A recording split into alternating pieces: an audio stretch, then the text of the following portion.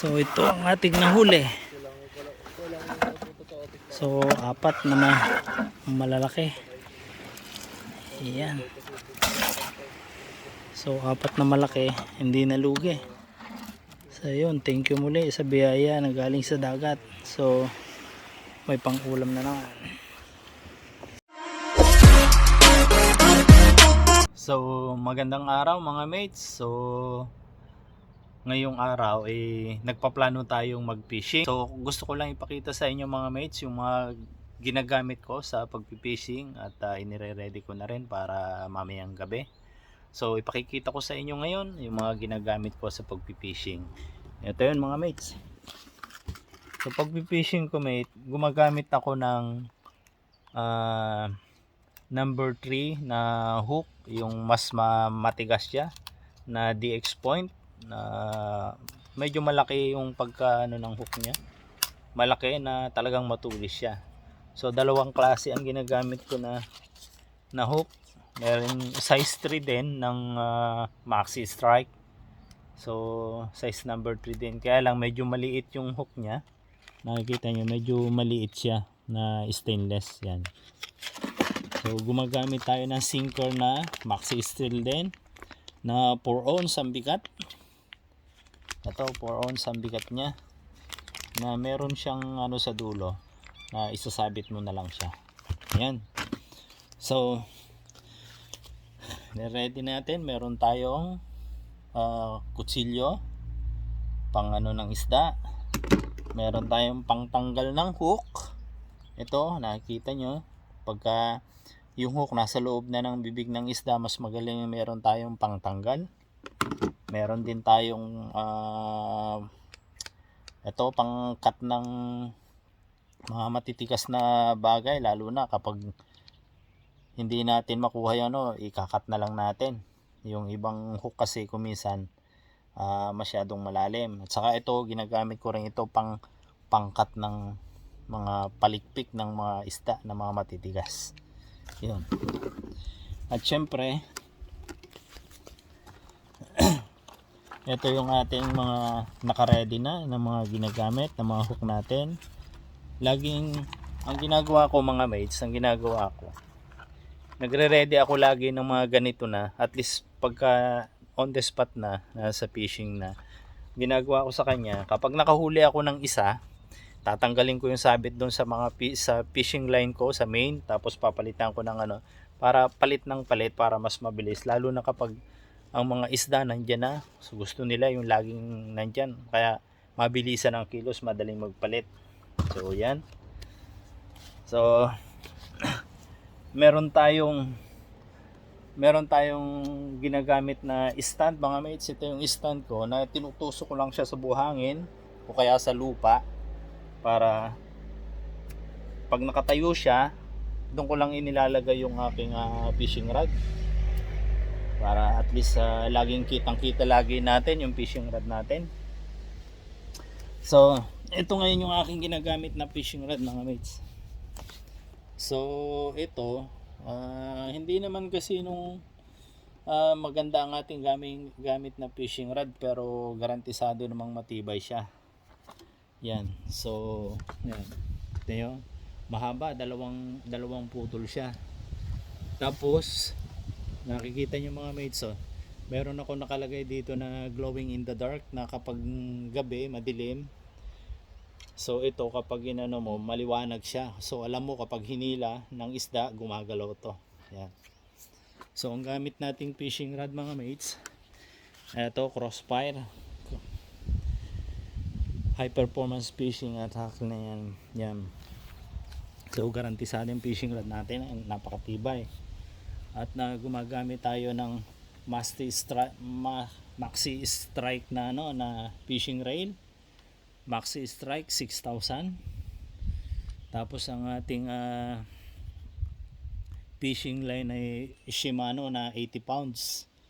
Yan, ganyan siya katibay. So kaya niya kahit 45 kilos, 50 kilos na isda, hindi niya basta kayang putulin ng isda yan. Yan. So yun yung ginagamit natin.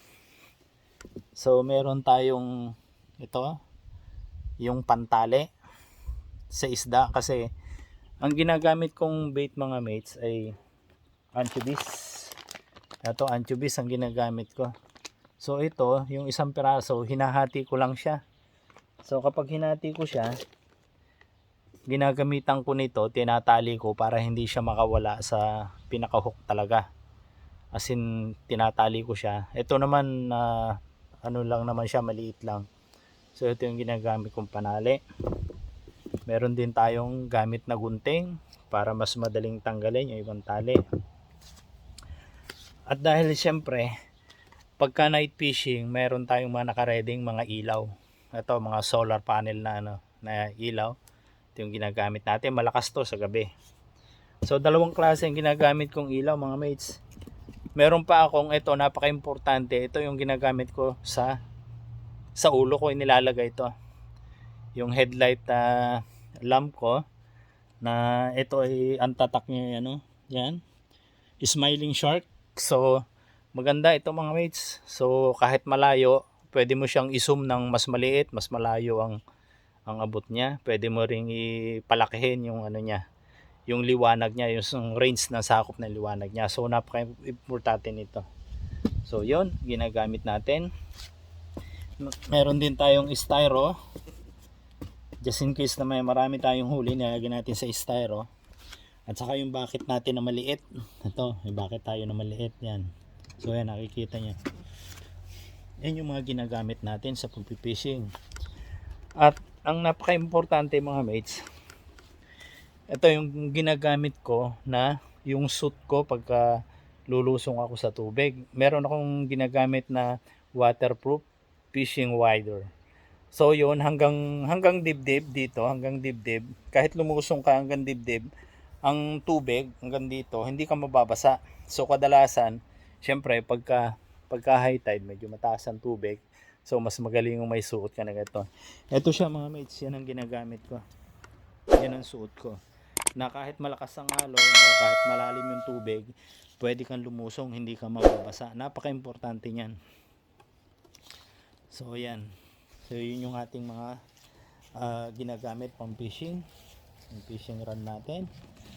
Ayan. So yung styro, yung mga ilaw, ang ating pambait, anchovies na 800 grams. So yan, hinahati lang naman natin. So yan. So naka-ready na ang ating gagamitin pang fishing mamayang gabi. So at saka maganda yung panahon. Guys, kasi ngayon halos maghapon na maganda, mainit. So mas maganda, maraming isda mamaya.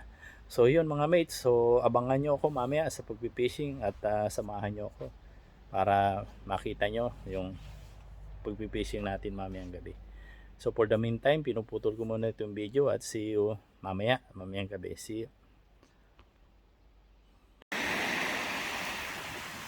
So ito na mga mates, so ang first cuts.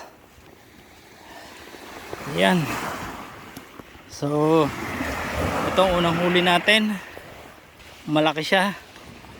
At oh my God! Unang huli natin. Wow! So abangan natin yung mga kasunod pa. So yung aking hook ay talagang lunok na lunok. Malalim. Masyadong nilumod niya ng gusto. Pero okay lang.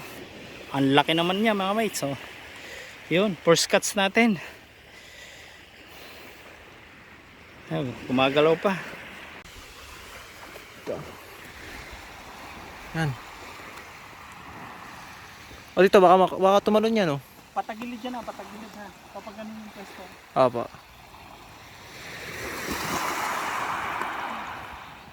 So, ito yung unang huli natin mga mates. Tapos, ito pang isa. Meron pa isa.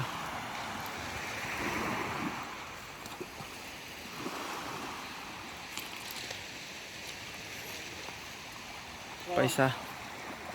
ito. Itong padalawa. Ayan. So, lubog na naman ang ano nyo. Lubog na naman ang ating hook. Okay. So nakakadalawa na tayo.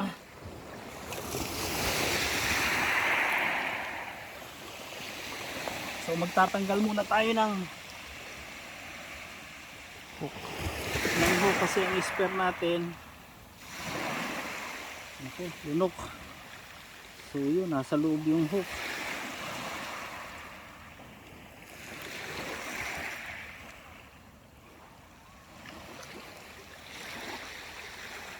So kapag ang hook ay nasa loob, ang ginagawa ko sa hasang ko pinadadaan. So dito ko tinatanggal para at least yan. Tapos ako'y babalik palabas yung hook.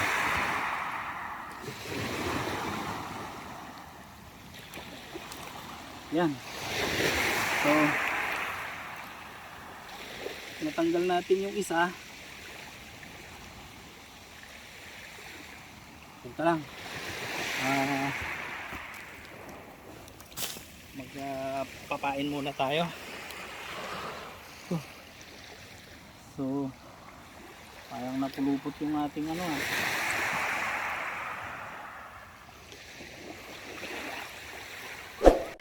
So ito na mga mates, so nakakadalawa na tayo. Ang lalaki niya. Oh. Ang lalaki. So maya maya pa yung high tide. So ngayon ay alauna. So halos sa 45 minutes pa bago mag high tide. So meron tayong dalawang nahuli. So yan. So actually may mga kasama kami dito, marami dito. Dahil Sabado nga at walang pasok. So yan, kasama-sama dito sa pagpipishing. Yan. So hindi na masama, may dalawa na.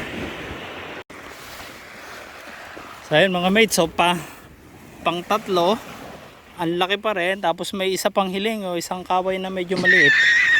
So ito, ang laki. Nalunok na naman yung ating ano. Nalunok na naman yung ating hook. Napakalalim oh. Sa loob, mahirap tanggalin.